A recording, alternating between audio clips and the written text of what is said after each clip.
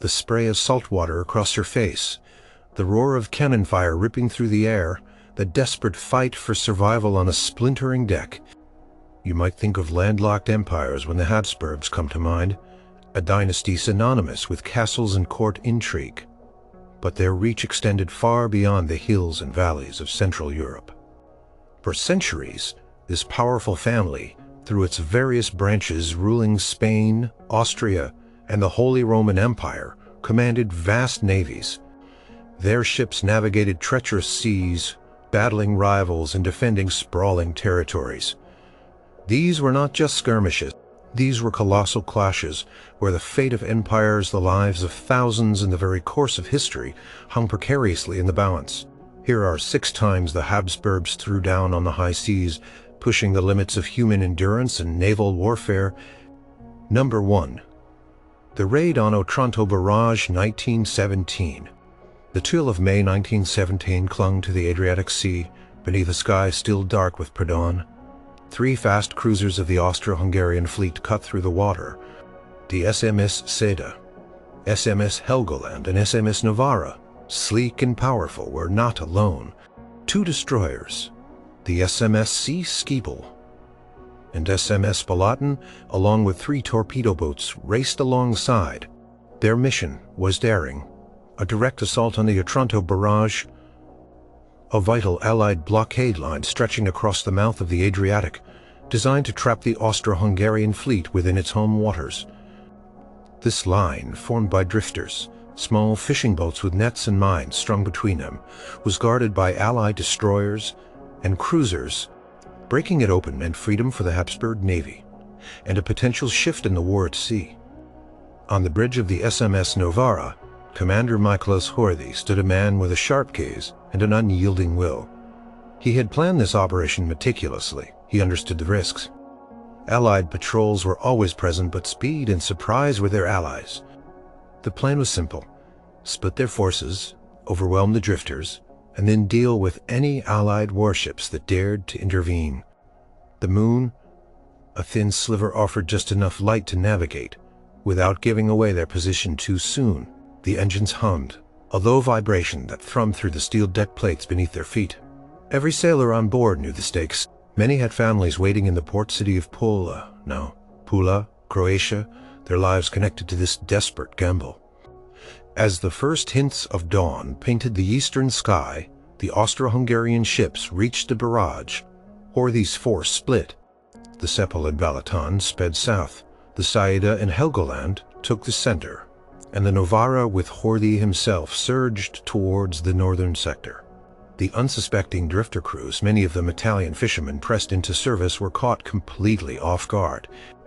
Suddenly, searchlights pierced the gloom, locking onto the small boats. The roar of naval guns, sharp and sudden, shattered the morning quiet.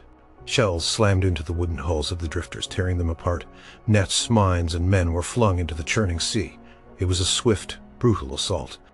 The Austrians moved with precision, destroying the drifters one after another, their guns blazing. Survivors from the drifters, clinging to debris, watched in horror as the attacking ships swept past, leaving a trail of destruction. The blockade, a symbol of Allied control, was being ripped to shreds. But the explosions and the flashes of gunfire had not gone unnoticed. Allied lookouts stationed on their destroyers, patrolling further out, saw the rising smoke and heard the distant reports. Alarms shrieked through the British, French, and Italian ships. Among them was the British light cruiser HMS Dartmouth, under Captain A.P. Addison, and the Italian scout cruiser Aquila, commanded by Captain P. Pouchard. They immediately set a course to intercept, steaming hard towards the sound of the battle. The chase began. As the sun began its ascent, casting a golden light on the grim scene, the Austro-Hungarian ships, having completed their initial destructive work, now turned to make their escape. But the Allied response was swift. The Italian Aquila, faster than the heavier cruisers, closed in on the retreating Sepal and Balaton. Shots rang out. The Italian ship opened fire, its shells kicking up geysers of water around the Austro-Hungarian destroyers. On the Sepal, the bridge shuddered as a near-miss sent spray washing over the deck. Sailors scrambled to return fire, their own guns spitting defiance. The Aquila, however, took a hit. A shell from one of the fleeing destroyers struck its engine room, crippling the ship and forcing it to fall behind. Meanwhile, the main Austro-Hungarian force, led by Horthy's Novara, found itself engaged by the British Dartmouth and a group of Italian destroyers. The sea was churned by shellfire, the crash of exploding shells, the whine of shrapnel, and the acrid smell of propellant filled the air. The Dartmouth, a more heavily armed vessel, concentrated its fire on the Novara. On the bridge of the Novara, Horthy stood firm amidst the chaos. A shell struck near him, throwing him against a bulkhead. He was wounded, blood streaming from his head, but he refused to leave his post. "Keep firing," he bellowed, his voice hoarse but determined. The ship's forward gun turret took a direct hit, disabling one of its main guns. Smoke poured from the damaged section. The battle raged, a swirling dance of steel and fire on the open sea. The British destroyer HMS Bristol, under the command of Captain S.H. Ellis, joined the fray, adding its firepower to the Allied assault. The Austro-Hungarian cruisers, though damaged, continued to fight back with ferocity. The Seide took hits, her speed reduced. The Helgoland, too, felt the impact of Allied shells. Despite their wounds, the Habsburg ships maintained their formation, laying down smoke screens to obscure their movements and make it harder for the Allied gunners to target them. The sound of explosions was constant, echoing across the water. The situation became critical for Horthy's fleet. They were outnumbered and outgunned, taking continuous punishment. Yet they refused to yield. The gun crews, sweating and grime-stained, continued to load and fire their movements, mechanical, driven by adrenaline and the grim determination to survive. The injured were carried below, while others continued to fight on, ignoring their own pain. The deck of the Novara was littered with debris, shell fragments, and the bodies of fallen comrades. The ship itself was listing slightly, but still capable of movement, still fighting. Then a distant shape appeared on the horizon. It was the heavier British light cruiser HMS Weymouth, under Captain C.S. Maclean, steaming hard towards the battle. Her arrival would tip the balance decisively in favor of the Allies. Horthy knew this was the end of their ability to escape unscathed. Just as the Weymouth prepared to join the engagement, a surprising twist occurred. The French armored cruiser Waldeck-Rousseau, a much larger and more powerful ship, under Commander Georges Dendouze, appeared on the scene. Its approach, however, was cautious, and it did not immediately engage. The battle continued its furious pace as the Weymouth closed and the Austro-Hungarian ships prepared for a final desperate stand. The situation looked bleak, but then a new set of shapes emerged from the north. The roar of larger guns echoed across the water. Not from the Allied side, it was a division of Austro-Hungarian battleships, including the dreadnought SMS Prince Eugen, under the command of Admiral Max von Honel, racing to the aid of their beleaguered comrades. Their appearance was a game-changer. The Allied commanders, seeing the formidable might of the Habsburg battleships, wisely decided not to engage a superior force. They broke off the pursuit, turning away to avoid a direct confrontation that would be disastrous for their lighter cruisers. The Austro-Hungarian fleet, though damaged and carrying its wounded, had escaped. They had broken the Otranto Barrage, though it would be quickly repaired. More importantly, they had demonstrated their audacity and their fighting spirit. Horthy, bleeding but resolute, had led his battered ships back to port, their mission partially accomplished. The sea battle had been fierce, a testament to the courage of all those involved, regardless of their allegiance. Number 2. The Battle of Lissa, 1866. The air on July 20th, 1866 was heavy with expectation. The Adriatic Sea calm under a bright summer sky. Two navies, each representing a proud nation, prepared for a clash that would decide the fate of naval supremacy in the region. The Italian Regia Marina, under the command of Admiral Carlo Pellion di Persano, boasted a numerical and technological advantage. Its fleet included 12 ironclads, armored giants that were the cutting edge of naval warfare, alongside numerous wooden frigates and smaller vessels.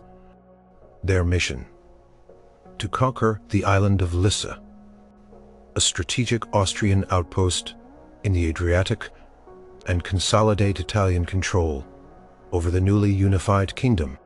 Persano, a man of aristocratic bearing, believed victory was within his grasp. He had spent days bombarding the island's fortifications, softening them up for an amphibious landing. Opposing him was the Imperial Austrian Navy, a force often overshadowed by the mighty Habsburg army. Its commander, Rear Admiral Tegetthoff, was a man of intense energy and unconventional tactics. His fleet was smaller, with only 7 ironclads, fewer and often older than their Italian counterparts, and a collection of wooden ships. Tegetthoff knew he could not win a gun duel against the superior Italian firepower. He also knew he could not allow Lissa to fall. His strategy was audacious, almost reckless, ramming. He intended to charge directly into the Italian line, shattering their formation and sinking their ships with the sheer force of collision. On the flagship, the armored frigate SMS Erzherzog, Ferdinand Max Tegetthoff addressed his men, "My task is to lead you in action. My duty is to bring you to glorious victory." As Tegetthoff's fleet steamed towards the Italians, the sun glinted off their hulls. The Austrian ships were arranged in a wedge formation like an arrowhead with the ironclads at the tip. Persano, seeing the Austrians approach, made a fateful decision. He ordered his fleet to form a line of battle, but then, moments before the engagement, he transferred his flag from his ironclad, the Re d'Italia, to a faster wooden frigate, the Affondatore, a turret ship designed for ramming. This created confusion among his subordinate commanders, who struggled to understand the sudden change in signals. The Italian line became disjointed, opening gaps. The battle began with the thunder of broadsides. The Italian ironclads opened fire, first, their heavy shells splashing around the Austrian ships. But Tegetthoff held his course, driving his ships relentlessly forward. The noise was deafening, a cacophony of explosions, splintering wood, and the screams of men. Smoke quickly enveloped the scene, making visibility difficult. On the decks of the Austrian ships, sailors and marines, armed with rifles and cutlasses, stood ready, their faces grim but determined. The ramming tactic required immense nerve, charging directly into enemy fire, hoping to break through. The Austrian fleet, a compact mass, crashed into the dislocated Italian line. The Ferdinand Max Tegetthoff's flagship plunged into the gap created by Persano's disarray. It passed through the Italian line, firing its guns at close range, then turned sharply. Tegetthoff spotted the Italian ironclad Re d'Italia, the very ship Persano had just left, now struggling to maneuver. He seized the opportunity. "Full speed ahead," he roared. The Ferdinand Max, its bow reinforced for ramming, surged towards the Italian vessel. The collision was catastrophic. With a sickening crunch of tearing metal and splintering wood, the Ferdinand Max slammed into the Re d'Italia. The impact was so powerful, it lifted the Italian ironclad partly out of the water. On the deck of the Ferdinand Max, men were thrown off their feet, but a cheer erupted as they felt the shuddering impact. The Re d'Italia, mortally wounded, began to list heavily. Water rushed into the gaping hole in her side. Within minutes, the magnificent ironclad, once Persano's flagship, rolled over and sank, carrying 400 of her crew down with her. Nearby, another Austrian ironclad, the SMS Kaiser Max, engaged the Italian ironclad Pietro. The Pietro, a wooden ship encased in armor, took repeated hits. Flames erupted from her deck as shells ignited her wooden structure. The fire raged out of control, spreading rapidly. The Pietro became a burning inferno, lighting up the smoky battlefield. Despite desperate efforts by her crew to fight the blaze, the ship was doomed. Finally, after a series of massive internal explosions caused by her magazines detonating, the Pietro disintegrated, showering the sea with debris. The battle became a series of individual duels, shrouded in smoke. Wooden ships exchanged fire with ironclads, a testament to the desperate nature of the fight. The Austrian wooden ships, though vulnerable, bravely engaged the Italian fleet, drawing fire and providing opportunities for their armored comrades. The SMS Kaiser, an old wooden ship of the line under the command of Captain Anton von Petz, found itself facing multiple Italian ironclads. Despite its obsolescence, the Kaiser fought with incredible bravery. It was rammed by the Italian Affondatore. The ship Persano had transferred. The impact was severe, crushing the Kaiser's stern, but the old ship miraculously did not sink. It continued to fight, its guns blazing, a defiant symbol of Habsburg resilience. As the afternoon wore on, the Italians, reeling from the loss of 2 ironclads and the disorganization of their fleet, began to withdraw. Persano's fleet, despite its numerical superiority, had been outmaneuvered and outfought. The ramming tactics, considered outdated by many, had proved devastatingly effective in the hands of a determined commander. Tegetthoff, bloodied but victorious, had demonstrated that courage and aggressive strategy could overcome technological disadvantage. The Austrian fleet, though damaged, had achieved a decisive victory. They had secured Lissa, and more importantly, they had restored the honor of the Habsburg navy. The battle stood as a stark reminder that even with superior numbers and technology, a disorganized force could be defeated by a unified, aggressive command. The sound of their triumphant cheers carried across the waves as the Italian ships retreated from the field. Number 3. The Battle of Gibraltar, 1607. The Bay of Gibraltar, on April 25, 1607, was deceptively calm, a shimmering expanse of blue water beneath the Spanish sun. But beneath the tranquility lay a simmering tension, a prelude to a fierce confrontation.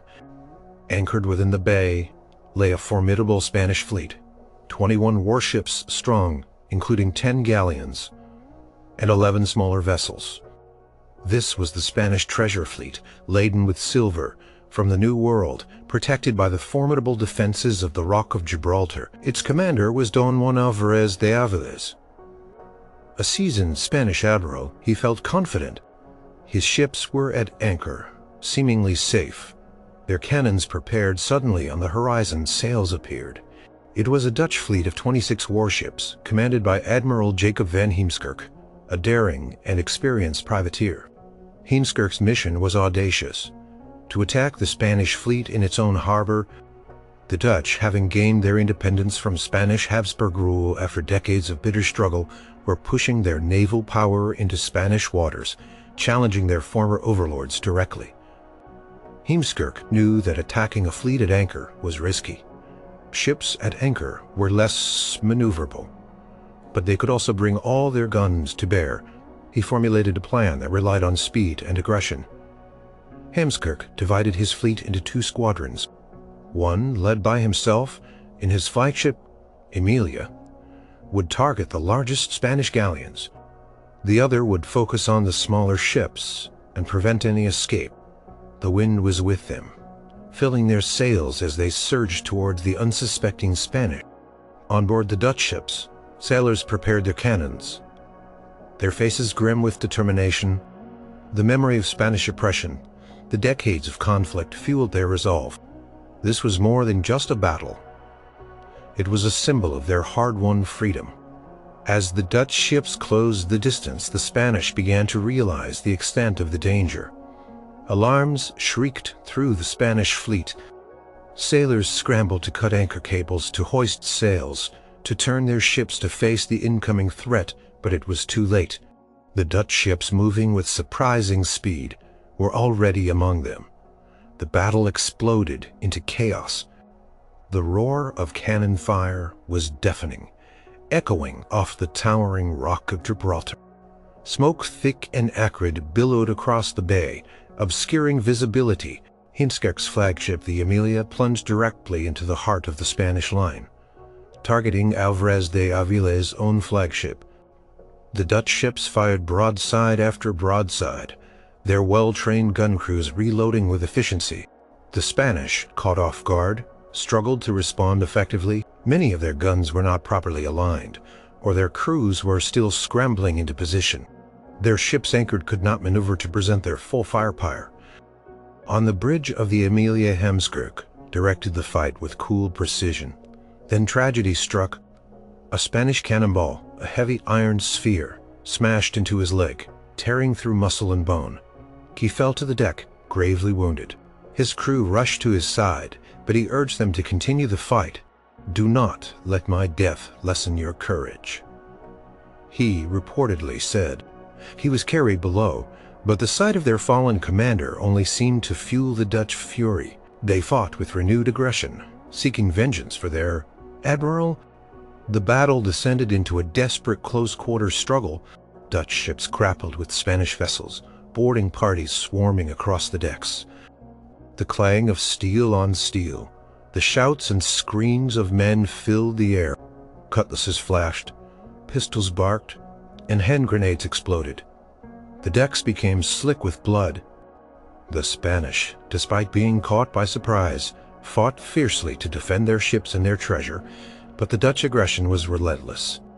Their training and their unified command, even after Heemskerk's fall, proved superior to the disorganized Spanish defense.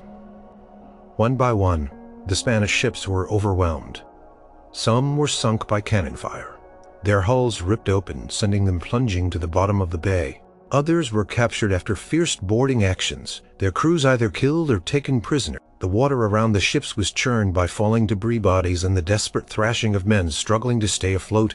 The smoke became so thick that ships could barely see each other, firing blindly into the swirling haze. Alvarez de Avila, the Spanish commander, fought bravely, but was ultimately overwhelmed. His flagship was battered by continuous Dutch fire, its mast splintered, its rigging torn. He refused to surrender, battling to the very end. He was killed during the intense fighting, falling on his own deck amidst the carnage. Without their commander, and with their ships being systematically destroyed, the remaining Spanish resistance crumbled. By the end of the day, the Spanish fleet in Gibraltar Bay was virtually annihilated. Accounts from the time suggest that almost all of the 21 Spanish ships were either sunk or captured. The Dutch, despite their losses, including their heroic admiral, had achieved a stunning victory. They had demonstrated their naval prowess, striking a significant blow against the powerful Spanish Habsburg Empire in its own waters. The Bay of Gibraltar, once a symbol of Spanish might, now bore witness to a crushing defeat, a stark reminder of the changing tides of naval power in Europe. The sounds of cannon fire faded, leaving only the cries of the wounded and the grim task of salvage. Number 4. The Spanish Armada, 1588.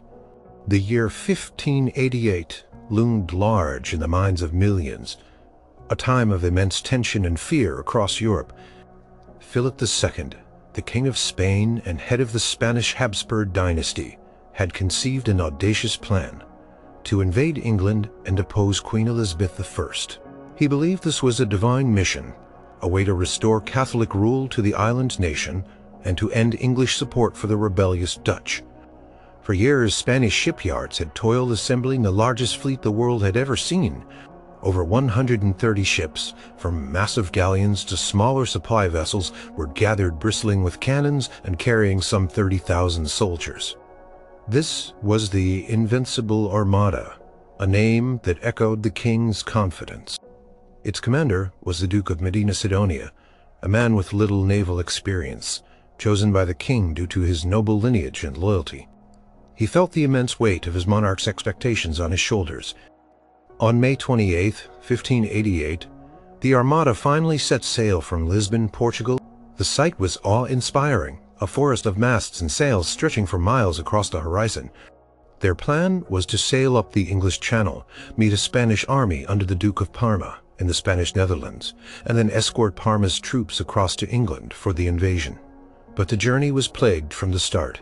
Storms battered the fleet, scattering ships and causing delays. Supplies dwindled, and disease began to take its toll among the packed soldiers and sailors.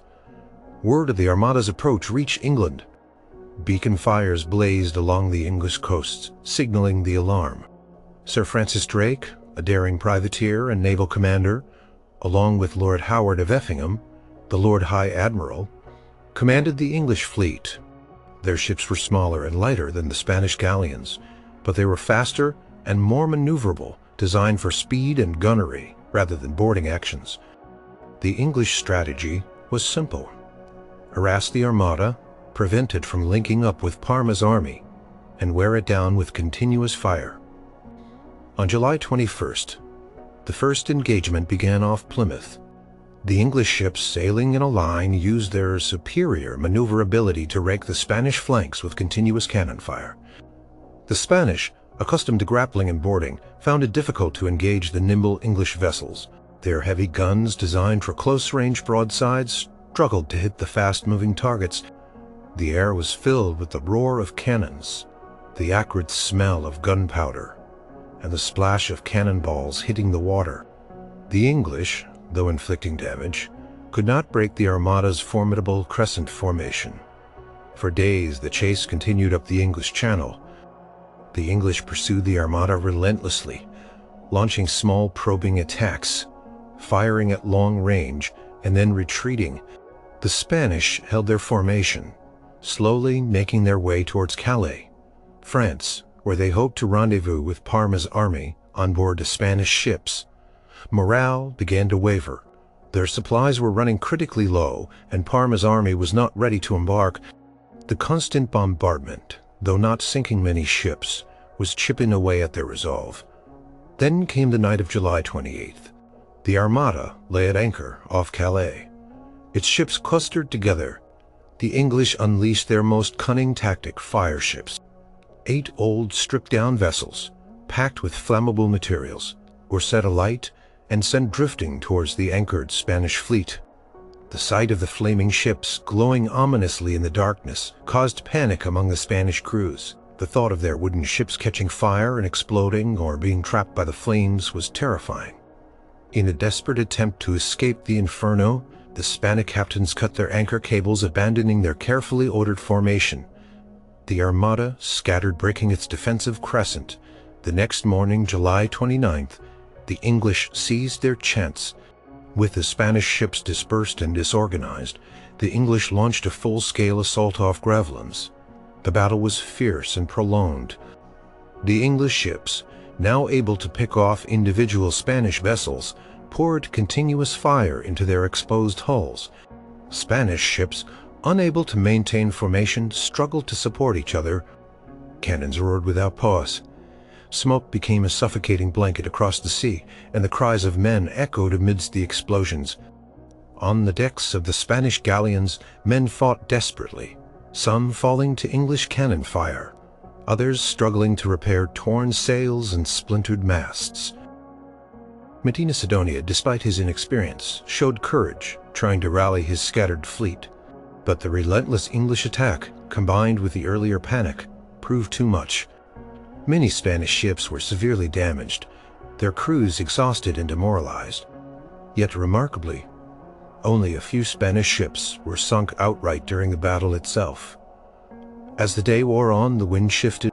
It began to blow fiercely from the southwest, pushing the crippled Armada away from the English Channel and into the treacherous waters of the North Sea. The English, running low on ammunition, pursued for a while, ensuring the Spanish could not turn back. The Armada was now adrift. Its primary mission failed, and facing the perilous journey around the British Isles to return to Spain. The journey home was a nightmare. Lacking maps for the northern waters, battered by severe storms and suffering from disease and starvation, the Armada was decimated. Ships were wrecked on the rocky coasts of Ireland and Scotland. Thousands of men perished, not from battle but from the harsh elements. Only a fraction of the magnificent fleet that had sailed from Lisbon months earlier limped back to Spanish ports. The invincible Armada had been broken, not just by English prowess, but by a combination of strategic failures, poor logistics, and the unforgiving power of the sea. It was a crushing blow to Philip II's ambitions, and a testament to the unpredictable nature of naval warfare. Number 5. The Battle of Lepanto, 1571. The Gulf of Patras off the coast of Greece shimmered on October 7, 1571, under a brilliant autumn sky. This was no ordinary day. 2 titanic fleets, representing the clashing civilizations of Europe and the Ottoman Empire, were about to engage in one of the largest naval battles in history. For months, Europe had buzzed with anticipation. The Ottoman Empire, under Sultan Selim II, was a formidable power, its fleets dominating the Mediterranean. Their recent capture of Cyprus had sent shockwaves across Christian Europe. In response, Pope Pius V had forged to the Holy League an alliance of Catholic states, primarily Spain under the Habsburg, King Philip II, Venice, and the Papal States. Don John of Austria, Philip II's half-brother, a modest and courageous young man, commanded the Holy League fleet. He was determined to halt the Ottoman advance. The Holy League fleet was an awe-inspiring sight. Over 200 galleys, long-oared warships, many equipped with cannons, along with 6 massive Venetian galleasses, floating fortresses bristling with heavy artillery. Among the soldiers on board the Spanish galleys was Miguel de Cervantes, a young man who would later become one of the greatest writers in history. He was ill with fever, but insisted on fighting, his spirit unyielding. The air hummed with nervous energy, the rhythmic splash of thousands of oars, and the low murmur of prayer. Facing them was the Ottoman fleet commanded by Ali Pasha, an equally skilled and brave admiral. The Ottomans fielded roughly 250 galleys and smaller vessels, a formidable force of their own. Their ships were swift, and their crews, often conscripted oarsmen and skilled janissaries, were renowned for their fighting prowess. For years, the Ottomans had held naval supremacy in the Mediterranean. They believed in their invincible spirit. The stakes were immense: control of the Mediterranean, the fate of Christian Europe, and the prestige of 2 mighty empires. As the 2 fleets sighted each other stretching for miles across the water, a hush fell over the Holy League ships. Then a roar erupted as Don John of Austria, standing proudly on the deck of his flagship Real, unfurled the banner of the Holy League, a blue standard emblazoned with a crucified Christ. On the Ottoman side, Ali Pasha likewise unfurled his sacred banner. Trumpets blared, drums beat, and the air filled with the sounds of preparing for battle. The battle opened with the Ottoman fleet attempting to envelop the Holy League, using their superior speed. But the Holy League's galleasses, positioned at the front of their line, unleashed devastating volleys of cannon fire. Their heavy guns, unlike anything the Ottomans had encountered in such numbers, tore through the wooden hulls of the Ottoman galleys, inflicting terrible casualties before the main lines. The initial volleys from the galleasses disrupted the Ottoman formation, sowing confusion. Then the 2 main battle lines collided with a thunderous impact. Galleys slammed into each other, prows splintering, masts crashing down. The sea instantly became a maelstrom of chaos. Smoke from thousands of arquebuses and cannons filled the air, thick and acrid, making it difficult to see beyond a few yards. The screams of men, the clang of steel, the desperate cries for mercy, and the roar of command mixed into a terrifying symphony of war. The battle quickly devolved into a series of desperate hand-to-hand fights on the decks of the locked galleys. Spanish, Venetian, and Papal soldiers, armed with swords, pikes, and arquebuses, swarmed onto Ottoman vessels. Ottoman janissaries, fierce and well-trained, met them with scimitars and bows. Every inch of deck was contested. Miguel de Cervantes, despite his illness, fought valiantly, suffering wounds to his chest and arm, permanently maiming his left hand. He continued to fire his arquebus, reloading with his right hand, a testament to his courage. The clash of the 2 flagships, the Real and the Sultana, was particularly fierce. Don John of Austria, leading from the front, engaged Ali Pasha in a personal duel of command. Their ships grappled and boarding parties from both sides surged across the narrow gangways. The fighting on the Real and Sultana was incredibly bloody. Men fell by the dozens, their bodies piling up on the deck. Don John, wielding his sword, inspired his men with his bravery. Ali Pasha, too, fought with the ferocity of a cornered lion. Hours passed, stretching into an eternity. The sea around the ships turned red with blood. Broken oars, splintered wood, and the bodies of fallen men floated amidst the wreckage. The Holy League, with its heavier artillery and a more disciplined line, slowly gained the upper hand. The Venetian and Papal forces on the flanks pushed back the Ottoman wings, preventing the encirclement. The Spanish center, led by Don John, broke the Ottoman line. Finally, the turning point came. Ali Pasha, the Ottoman commander, was killed in the fierce fighting aboard his flagship. His head was severed and displayed on a pike, a grim trophy that sent a wave of despair through the Ottoman ranks and a surge of triumph through the Holy League.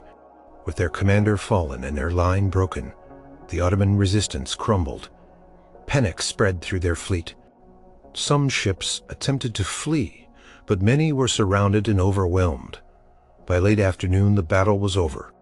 The Ottoman fleet, once the terror of the Mediterranean, was shattered. Accounts from the time describe the sheer devastation. Hundreds of Ottoman ships sunk or captured, tens of thousands of men killed or enslaved. The Holy League, though victorious, had also paid a heavy price with thousands of casualties and many ships damaged. The sounds of battle slowly subsided, replaced by the cries of the wounded, the groans of dying men, and the grim task of salvage. The scent of blood, smoke, and salt hung heavy in the air. The sun set on a scene of unimaginable carnage, a testament to one of history's most pivotal naval encounters. Number 6. The Battle of Preveza, 1538. The waters off Preveza, in what is now Greece, brewed with tension on September 28, 1538. The air felt thick with anticipation. For decades, the Ottoman Empire had been a growing threat to Christian Europe, their ships raiding coastal towns and challenging control of the Mediterranean. To counter this, a coalition known as the Holy League was formed, bringing together the naval forces of Spain under the Habsburg, Emperor Charles V, the Papal States, the Republic of Venice, and the Knights of Malta.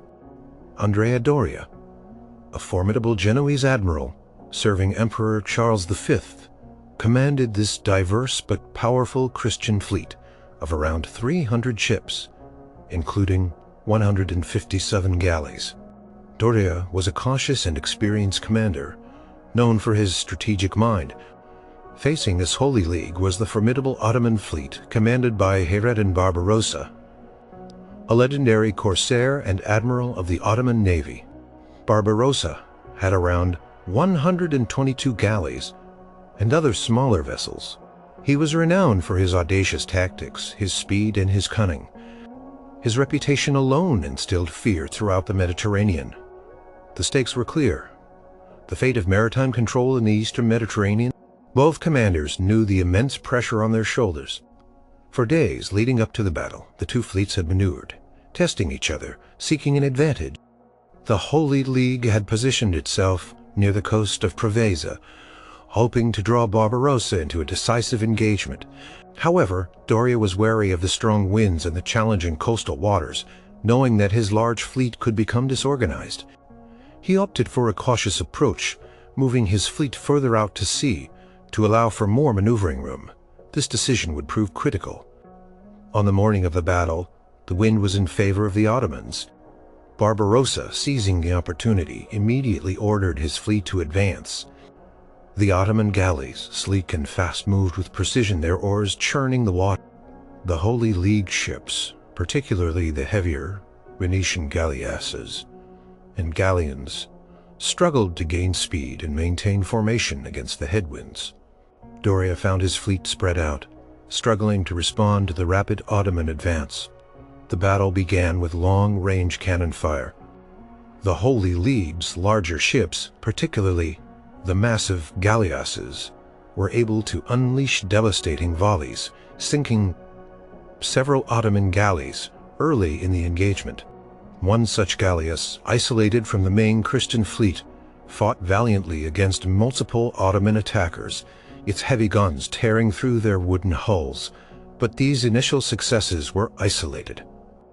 The Holy League's main battle line was still struggling to form up. Barbarossa, seeing the disarray in the Christian ranks, pressed his advantage relentlessly. He targeted the exposed flanks of the Holy League fleet, seeking to encircle and overwhelm the slower Christian ships. His galleys, moving swiftly, darted between the slower Christian vessels, firing their cannons and unleashing volleys of arrows and javelins. The air was filled with the hiss of arrows, the crack of arquebus fire, and the cries of men.